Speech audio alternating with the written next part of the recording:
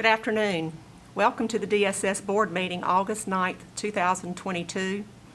I would like to call this meeting to order.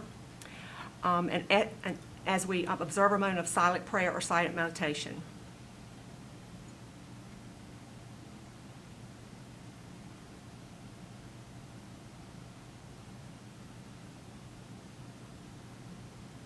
Okay. So is there a motion on the floor to approve the agenda as written? So moved. Second. All those in favor? Aye. Okay.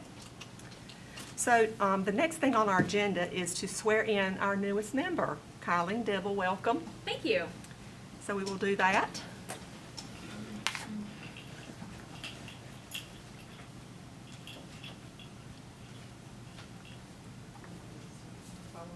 Sure. Okay. Raise your right hand. I, Kylie Dibble, I, Kylie Dibble, do solemnly affirm do solemnly affirm that I will support and maintain the Constitution of the United States. that I will support and maintain the Constitution of the United States.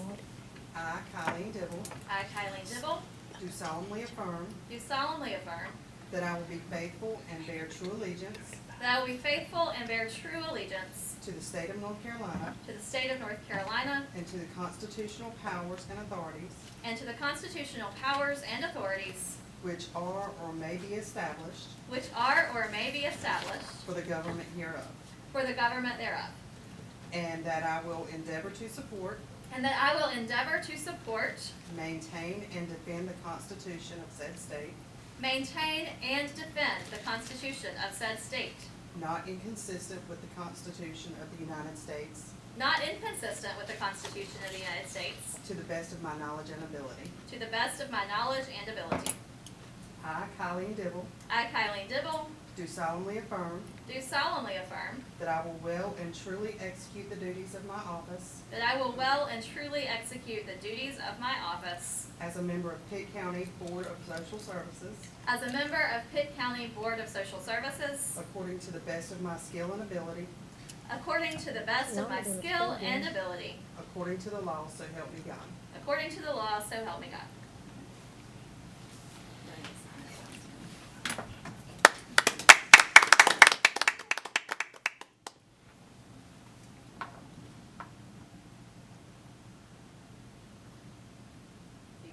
I'll fill the rest out and I'll get you to sign that.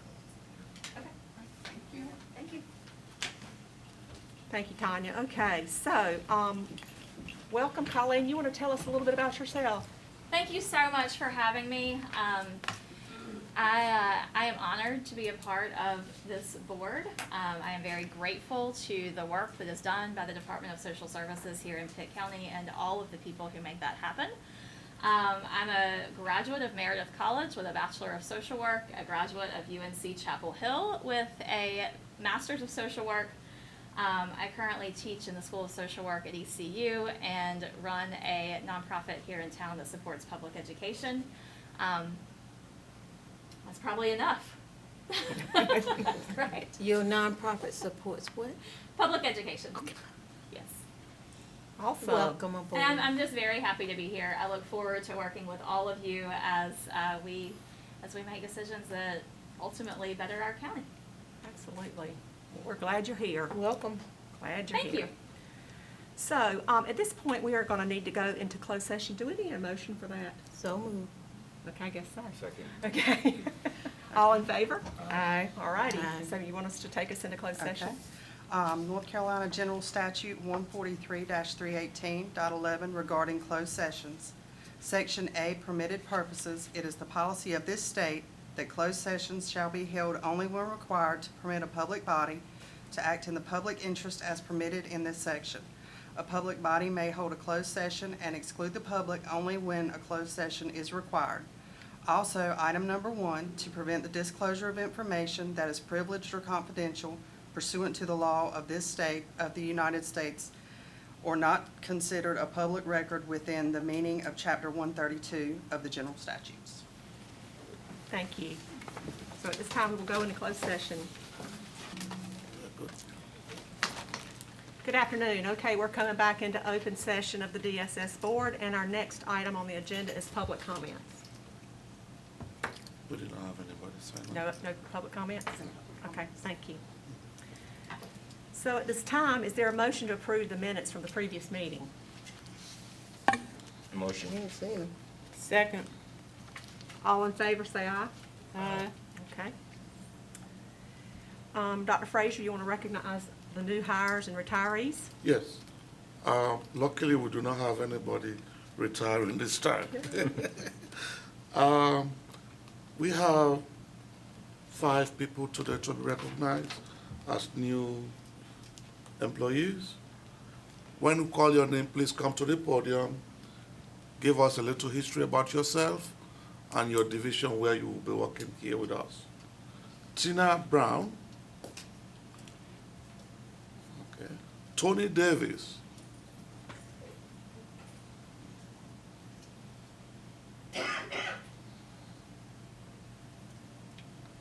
What department is Yeah.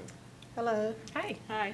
my name is Tony Davis, and I am at the Department of Social Service in Customer Care.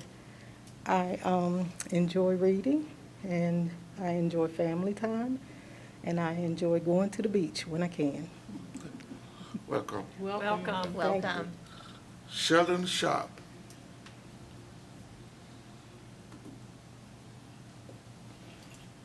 Hi, good afternoon. My name is Sheldon Sharp. I'm from the Department of Social Service. I do Medicaid intake. I am originally from Jamaica, and I'm just looking to see how much I can contribute here. Okay. Welcome. Welcome. Thank you. Nancy Cruz Ramirez.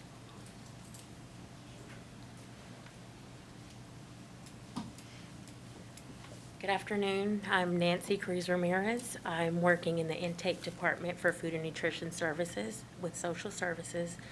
I enjoy family time, spending time with my 5 dogs, and I love baseball. Welcome. Welcome. Pamela Jones.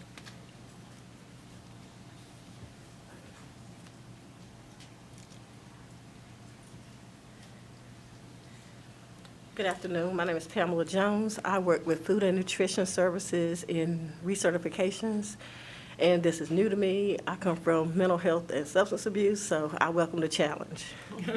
Welcome. Thank you. These are all from the Brian's unit. Brian, thank you for your good work, for making sure we have this team today. Okay, next is items for report. Brian Averett.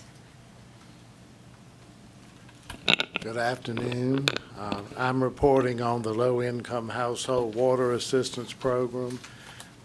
There is still funding available at the state level for this program. It was funded with pandemic funds, and because there were funds still available, the program continues into this fiscal year. The program began in December. So we received an allocation for this fiscal year of $330,582. And in the month of July, we approved allotments totaling $20,574.23. So we have, at the end of July, we had $310,007.77 remaining. We approved assistance for 62 households in July, and there were 4 applications denied. So I'll be happy to answer any questions you have. Anyone have any questions? Okay. Thank you, Brian. So who will be doing the board work? So I promised the board that I was going to report on the 4-day work week pilot. Luckily, we have a supervisor and a staff. You will hear from them. Terry Ann and Ms. Chevron, will you please come to the podium and do your presentation? Let us know what you experienced with the first 4-day work week. I'm Terry Ann Burley. I'm the Family and Children's Medicaid Redetermination Supervisor. I have some slides. Family and Children's Medicaid Redetermination Unit. This is the traditional versus the 4-day work week schedule. I did it, it didn't do anything.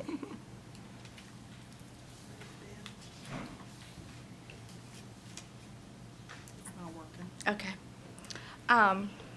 We have a slide, but it's currently not working. Traditional versus the 4-day work week schedule. There we go. There you go. This shows January 2022 through April 2022 traditional. This is your 5-day work week, and this is for Magi recertifications for the Family and Children Medicaid. We average a 2,609. That includes 13 workers plus 2 floaters. For May 2022, the traditional, which are your 5-day work week, we're averaging 2,858. That's with 15 workers and 2 floaters. For June 2022, this is when we started the 4-day work week. It was 3,295 recertifications completed with 15 workers and 2 floaters. For July 2022, with the 4-day work week, we had 2,882 Magi recertifications completed. This is with 14 workers and 1 floater. Based on the total completed at this point, and the time we are averaging around 3,011 recertifications completed.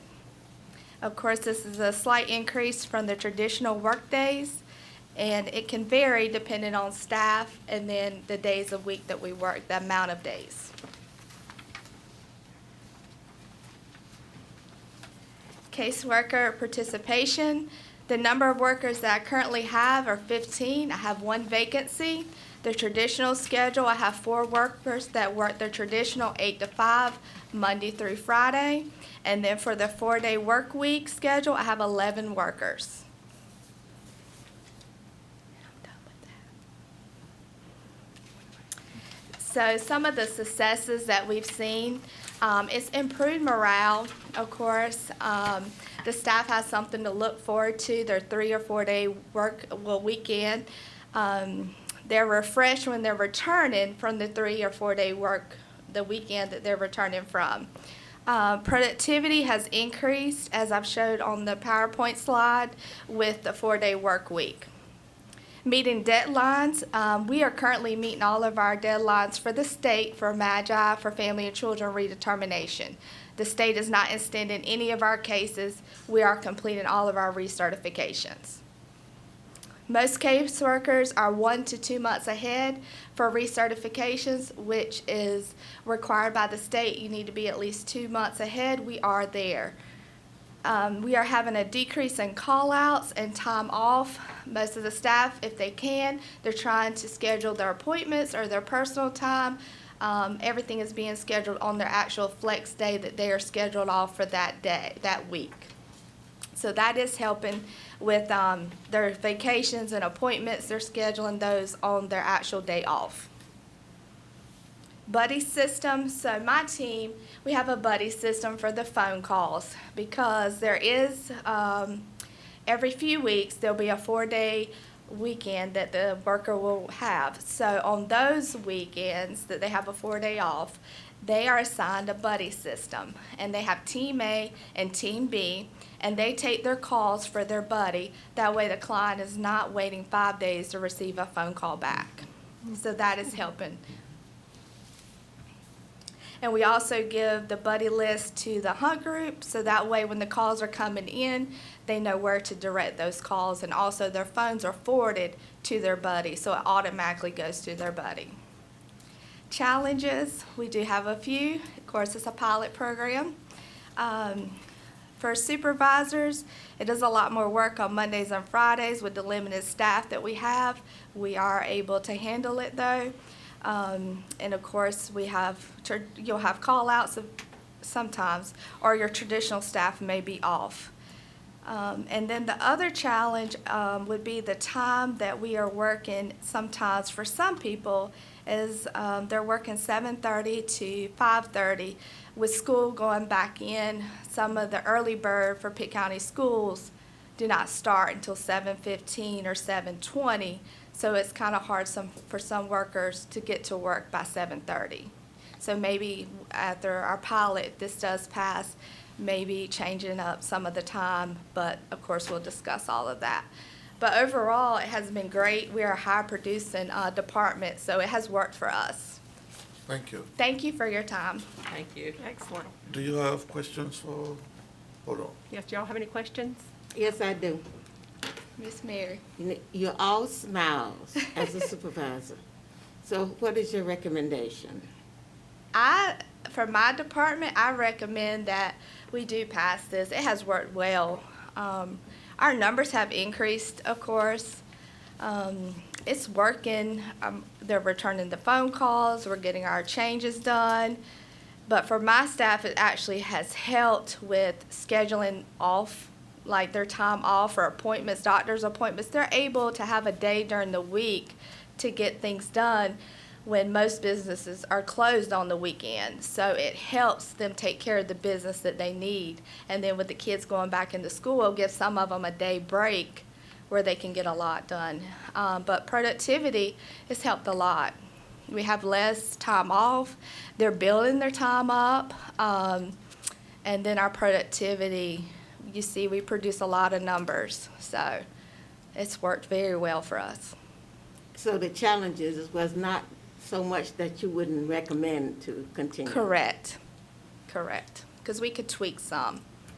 And it's a pilot program, so we're already tweaking a little bit as we go. But the positives outweigh, of course, the cons for my department. Thank you. Okay. Thank you. Thank you, Ms. You'll Mary. hear from a staff member, their experience with the 4-day work week. Good afternoon. My name is Cleavon Peterkin, and I work in the Family and Children Medicaid Redeterm. First, I just wanted to thank everyone for allowing me to express my thoughts on our new 4-day work week schedule, and I must say I have enjoyed it thus far. But like any schedule, there are some successes and challenges. After speaking with a few coworkers, it has came to my attention that there are many successes with the new 4-day work schedule. One of the successes are increased productivity. We're able to work on more cases, process more cases. Another one is have control balancing our personal time with the new work schedule. We're able to make appointments, attend personal affairs, and have an extra day of relaxation without using our personal and sick leave. Another one is gas expenses. We all know that gas prices has rise, and with the extra day off, it saves money, especially for those who live outside of Pitt County. Another one is more parking spaces are available. With the rotation, we have a Group A and Group B, and with that, it opened up a little bit more parking spaces. We do have one challenge, which is flexibility. For instance, something may occur on your off day and you are unable to work. The opportunity to work the following flex day for the full 10 hours will benefit employees greatly. For instance, another instance is if I am scheduled to be off on Friday because my child is sick, on the Monday of that week, the opportunity to switch my flex day to Friday will benefit myself and the agency greatly, as no time will be lost.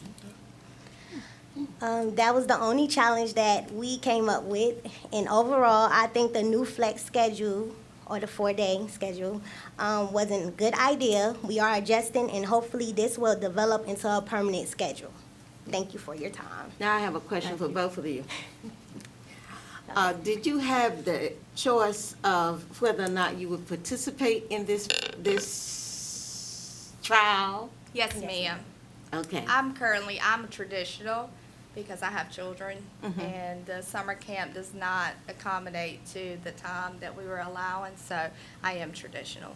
And then Ms. Peterkin, she is flex for the 4-day work schedule. So she was able to try it and, I like it. thank you. Thank you. Anyone else?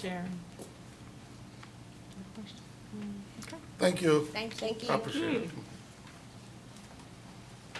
Okay, next we have a presentation from the Center for Prevention of Family Violence, Laura King. Welcome.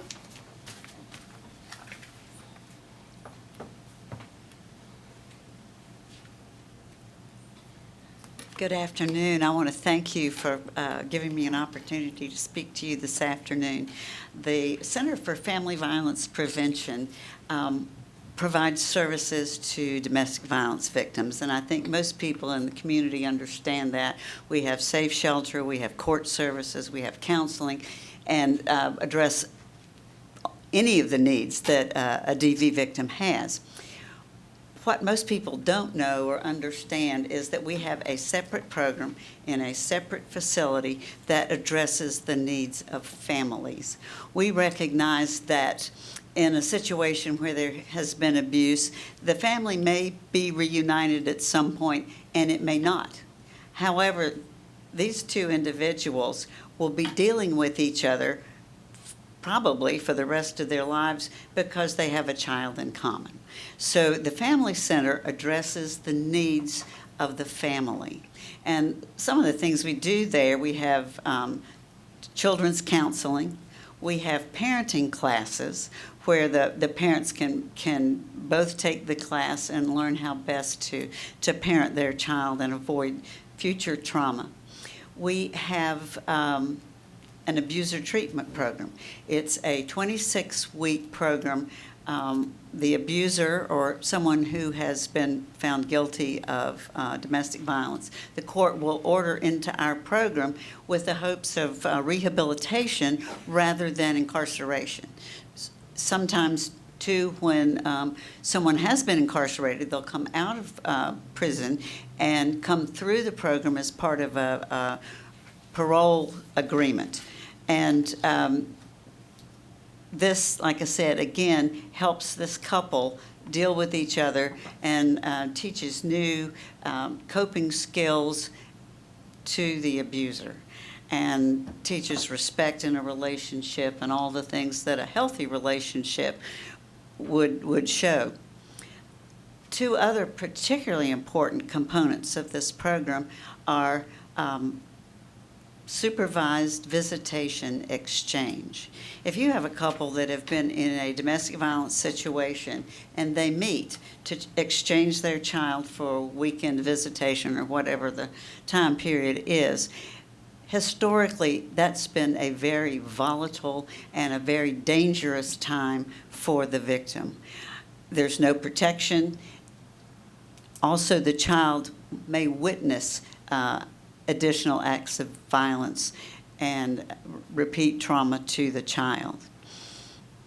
We have an exchange program that works beautifully.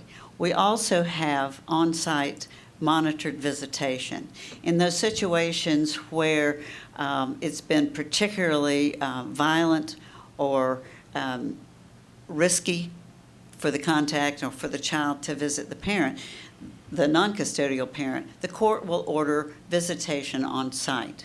And those visits last for 3 hours. They can be scheduled weekly or monthly or whatever the court has ordered. The child can visit the non-custodial parent in a safe environment. We have playrooms, games, videos. They can order food, and this whole process is monitored. It's monitored to make sure that the non-custodial parent doesn't try to pick information out of the child about the victim. Where are you living now? Who's mom seeing? Is mom dating somebody? Who are you hanging out with? And information so that the abuser can once again gain access to his victim. So this is a very important time and a very important protection for both the child and the victim. In extremely volatile cases or risky cases where we're concerned that the abuser may grab the child and abscond, those visits are monitored by law enforcement. These are primary components of this program.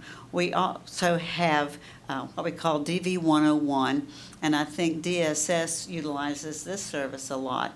It brings the victim in for training. A lot of victims don't understand the psychology of what they're going through. They kind of expect to be treated poorly because they've witnessed that as a child. So we train these victims on basically what they're living with and teach them how the cycles of domestic violence are repeated, and help them to realize that what they're going through is not unique, that it's almost like a syndrome. It's repeated within that relationship. It moves from generation to generation, and it helps them appreciate where they are and helps them to begin to understand how to deal with it to be safe. The Family Center is very important to the Pitt County community. Victims are ordered there by the court. Abusers are ordered there by the court. We also receive referrals from DSS, from probation and parole, and also through the DA's office. The reason I'm here today and sharing all this information with you is our funding. This program has been funded by the state of North Carolina through the Governor's Crime Commission with funds from the federal government through the Violence Against Women Act since we organized this program and established it in 2009. This year, the federal government is moving around. They are giving less money and less support to domestic violence issues. They have moved money to other areas following COVID. Our funds have been completely cut for the Family Center. Unless we receive assistance from this community, our doors will close September 30th. It takes about $280,000 a year to run the Family Center. And as I looked at the problem, and we've shared with judges and with DSS that this may be happening, there has been a tremendous outcry. The judges in particular are, what are we going to do? The only other choice after finding an abuser guilty of domestic violence is to incarcerate them. And they don't believe that all offenders need to be incarcerated, that we'd rather rehabilitate them, again, for this family unit as it moves forward, together or apart. And I've reached out to several different organizations in the community to seek help. One of my most successful, I'd say, conversations has been with Janice Gallagher, and she, our county manager, and she fully supports the county's and the city's involvement financially with the Family Center moving forward. We're providing critical services that are ordered to us by county agencies, but we receive no county funding for this. And in conversations with her, she would like to see us partnered with DSS, that we would provide the same services, that we would manage the program.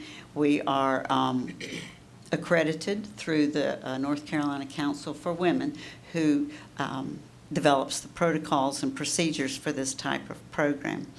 And she would like us to work with DSS on a contractual basis. DSS provides the funding, maybe some from the county, some from the city, but through DSS, a contract to continue these services. And I spoke with Dr. Frazier last week, and he asked me to come here today and share this situation with you and give you the opportunity to ask questions as we continue to try to move forward with the plan. Question. Thank you. Anyone have questions? Partners, do you have partners? I'm sorry? Partners. Who do you partner with? You talked about receiving your referrals from the court system The court system, and DSS, BSS.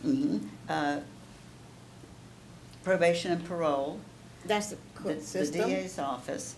A lot of private attorneys, defense attorneys in Pitt County will send their clients to us when they expect them to be convicted. They come to us ahead of time and they can tell a judge, I'm already enrolled in this program. I'm trying to improve my behavior. So we do get self-referrals as well. We also get referrals from 11 other counties in eastern North Carolina. We are the only family center providing these services east of I-95. How does the general public access your services? they could just call. I mean, if you had a couple that was divorced and maybe there was no domestic violence, but they were having trouble arguing in front of the child during visitation exchange, they can come and enroll themselves. Have you talked with pastors? Because a lot of pastors have families in their congregation or on their membership that does that. If you have you tried reaching out to them? And they too have some counseling formal training, and they have, some of them have mental health training. and some of them has been involved in other aspects of the family. So have you thought about partnering with, because I don't know whether it still exists, but there was a ministerial alliance in Pitt County? I'm not familiar with that, and no, I haven't. We have talked with a number of churches in the area seeking funding for this and for our other services as well, but not as a replacement to our services. Like I said, we are accredited by the state. We have to meet certain protocols and best practices. I'm not sure that the court could order an abuser into a program that was not accredited. And I'm not aware that any of the churches or other counseling services are accredited in this particular area. That's not to say it's not true, but I'm not aware of that. Well, I was wondering if you reached out to that body of people as partners with your situation, because you are raising an issue about money. Now, funds, have you applied for grants and have you sought those? Well, that's where the problem was. We had the grants that had supported us traditionally, and we were given a heads up maybe 8 or 9 months ago that we were going to lose about 35% of our funding, and have made some staff adjustments and cutbacks to accommodate that. And then when the grants were actually awarded, we had 4 grants submitted to the Governor's Crime Commission, and we were only awarded 1. It's my understanding that the Crime Commission this year had requests for $123 million worth of support to domestic violence agencies, and the federal government only gave them $40 million. And so they had to make cuts, and they granted our request for our basic services that help support our safe house and court services and the basic service for victims, not the programs that covered family services. How many people are on your staff? We have a staff, it has varied a little bit with cutbacks. Right now, I think we're at about 38, and that's for the entire program. We cover Pitt, Martin, and Washington counties and provide services to approximately 900 victims a year. What about other counties and their support with finances? For the for the family center, like I said, we've documented 11 other counties in the region who have sent folks to us for visitations, for exchange, and for abuser treatment. They are a minority of our numbers, but they contribute nothing. Are you aware of the Juvenile Justice Prevention for Crime, Juvenile Crime and Prevention Council? I am not personally, no. There are programs that's funded by the federal government through the state of North Carolina that has a lot of funds that are for juvenile, because when the family breaks up, that's the potential of a child or a teenager using that opportunity of playing one parent against another so that they can do what they want to do. Sure. So I'm wondering, have you sought to look at some of the existing programs who can assist with your aid? Not for the specific programs that we, or the services that we provide. No, we have not. We've talked to individuals in the community. We've reached out to several industries in the community. they're thinking about it. We do get regular support from several Well, larger. I'm concerned that the general public has no access to the services that you provide. The general public does have access. All They they gotta have, know you exist. they have to know we exist. And part of my job is going out into the community and speaking with civic groups. I go to large companies and talk to employees and share this work with them to let them know that it is available. Laura, I have a question. Yes. What are you exactly seeking from this board today? Are you seeking some sort of action around budgetary funding for the family center? I think that would be the ultimate goal. Dr. Frazier and I, like I said, talked last week, and he asked me to come here today to share the situation with you, so you'd understand what's going on, what we're dealing with, and I don't know if Ms. Gallagher will then come to DSS with her proposal, but he wanted you to be aware of the situation. Okay, that's very helpful. Yeah. Thank you. Anyone Okay. else? I did bring some information, and what I'll do if I can. Thank you for your presentation. Thank you I so have a much. lot of questions, but I cut off. Well, I'll be glad to answer them. May I call you and we can talk separately then? It's easy to find me. Okay, thank you. What I brought was the brochure from the Family Center that details our services perhaps a little more thoroughly than I did. And then I have some numbers for our 3 key services that the courts are so concerned about, and that's abuser treatment, visitation exchange, and then visitation on site. And we're giving here numbers of families by county, so you can see some of the other counties. There's a couple of counties from Virginia, and this is where an abuser perhaps has been here, gone through the court, been ordered to our program, but has moved just over the Virginia line for whatever reason. So you'll see some variance there. And I do want to point out that for abuser treatments, the total is 61 individuals in the last year, but that translates into 61 times 26 therapy sessions. So these numbers are either individual families or individuals. So if they look low, that's the number of people, but not the number of services. Thank you so much, Laura. Thank you for having me. Appreciate it. Okay, Dr. Frazier, Yes. to your interim director report.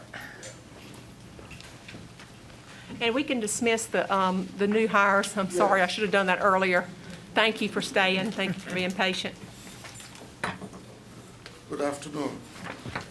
On page 9 in your packages, you have the Medicare report. On page 10, you have the vacancy report. We are making some movement. As of today, we have 41 vacancies in the agency, down from 53, which is good. We are not where we're supposed to be or would like to be, but we are making very slow progress in hiring. Medicare processing, we are meeting all of our benchmarks. Last month, we were like 91. This month, we are 94%, thanks to all the team members and the hard work. On the 4-day work week, I have seen good numbers to actually give me a very good insight into what this program will look like. I am compiling a report for both the board and the county manager within the next 2 weeks so that I can make my recommendations. I will answer any questions if you have any. Anybody have any questions for Dr. Frazier? I have a follow-up question from last month's Yes, ma'am. report, where there was a proposal or an initiative to borrow staff from other DSS agencies. And I was wondering, with the critical shortage across agencies, how that worked out for you. Interestingly, Gates offered us some leverage time, and they were charging us above market value, so we did not take that. So that was not a very feasible proposal. Okay, It did not work out, thank you. yes. Thank you. Anybody else? Questions for Dr. Frazier? Thank you, Dr. Frazier. Thank you. Okay, do we have any board member comments before we adjourn? I would say, welcome to the new hires. Welcome to you as our new chair. You survived your very first complete meeting as the new chair. Thank you. Thank you to Laura King for bringing that information to us, and thank you, Dr. Frazier, for inviting her to come. That is a very vital service that we have in the community, and it makes me sad to think that the funding would end September the 30th. I mean, that's coming up very soon. So I'm hoping that agencies and groups in the community will find some solutions to keep the family center up and running and funded. Thank you, Dr. Lunch. Anyone else? I would like, Go ahead. I would just like to say thank you to everyone who's been so welcoming to me as a new board member. I'm very excited to begin this journey. I do want to welcome the new hires. I know they've walked out, but social work is it's a challenging field, but it is a noble field, and I'm a little bit biased towards it. So I am thankful that you've chosen this field. I also encourage our community to learn about the services that are provided for the the Family Violence Prevention Center. And if you cannot financially contribute, share the information with others. Maybe you know someone who can. And I think as a community, we have a responsibility to pull together and keep this center open. Thank you, Colleen. Anybody else? I like to say that Pitt County is full of a lot of resources. And as a native Pitt Countyan, I've learned a new program that exists here, this family service. I've not heard of it. And, but I do know I get to hear about some other programs, and I'm always happy to know services that exist for families, because these are trying times for families. And it's just amazing. Thanks, Mary. I was in Hickory last week for the DSS board training, and so I just wanted to come back home and say thanks to all you. Thanks for all that you all do, from the interim to the program managers to the frontline staff. Again, the community sometimes doesn't always realize what you guys do, but I just want to give you a shout out and say thank you. And another shout out to you, Colleen, for being a new member of the board, and we wholeheartely welcome you and accept you, even though you did go to that other school in Chapel Hill. So, welcome. I proudly support the purple and gold. Okay, me too. I went to another school in Chapel Hill too, so I'm just kidding. Okay. Madam Chairman, Yes, am I in order for a motion to adjourn? absolutely.